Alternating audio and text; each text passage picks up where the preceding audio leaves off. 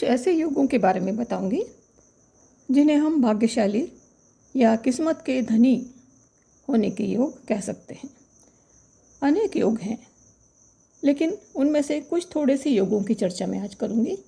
याद रखें कि ये जो योग मैं बता रही हूँ, इनमें ग्रह अपने उच्च के हों, स्वराशि के हों, मित्र राशि के हों या बली हों, तो वे बहुत ही भाग्यशाली योगों का निर्माण करते हैं।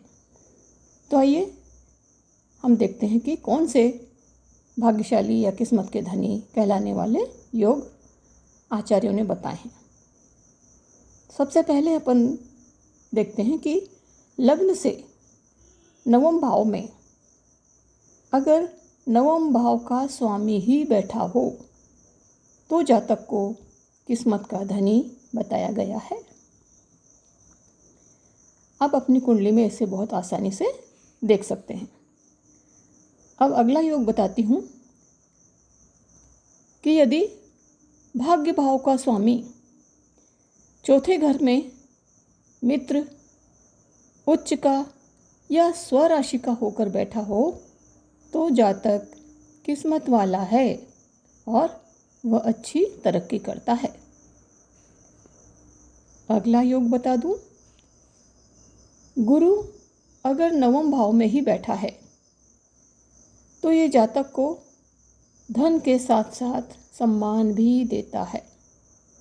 ये बेहद किस्मत को चमकाने वाला योग कहा गया है। अगले योग को बताती हूँ जल्दी से।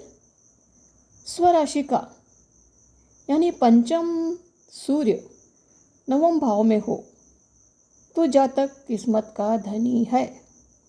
उसे उच्च सरकारी पद भी अवश्य मिलना बताया है और वो काफ़ी प्रगति भी करेगा।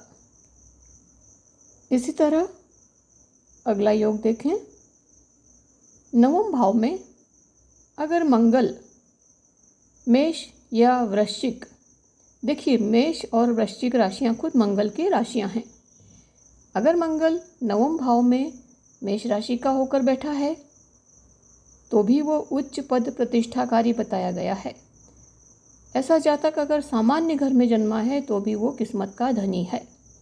और इस नवम भाव में अगर मंगल वृश्चिक राशि का होकर बैठा है तो भी यही फल समझिए।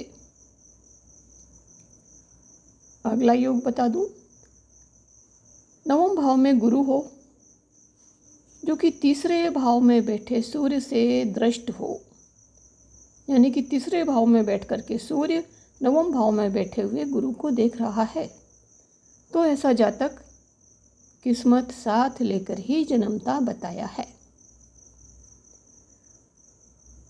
अगला एक और योग बता देती हूँ। नवम में कोई भी शुभ ग्रह हो, हम जिन्हें शुभ ग्रह बोलते हैं, कोई पाप ग्रह या क्रूर ग्रह नहीं हो, जैसे राहु केतु इस टाइप के ग्रह ना हो।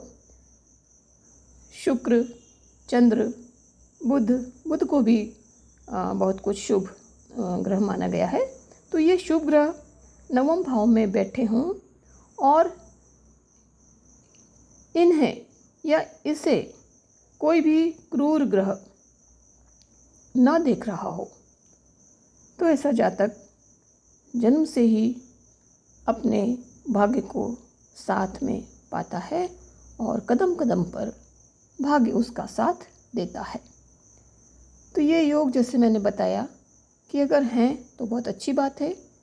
इनमें आपको देखना पड़ेगा ग्रहों का बल, उनकी उच्च राशि, उनकी मित्र राशि, स्वराशि वगैरह। और अगर ये योग नहीं है तो घबराइए नहीं। अनेकों योग हैं कि जिन्हें आप नहीं जानते, लेकिन वे आपकी कुंडली में होंगे। कोई एक योग नहीं होने से, कुछ योग नहीं होने से हमारी कुंडली कमज़ोर नहीं हो जाती। आचार्यों ने हमें कर्म करने की ही प्रेरणा दी है। कर्म करेंगे तो जो ग्रह कमज़ोर हैं वे भी थोड़े समय में या एक अपना निश्चित समय आने पर उचित फल देने ही लगेंगे। तो मुझे लगता है कि आज के वीडियो में इतना काफ़ी है। वीडियो अगर पसंद आया तो शेयर और लाइक ज़रूर करें।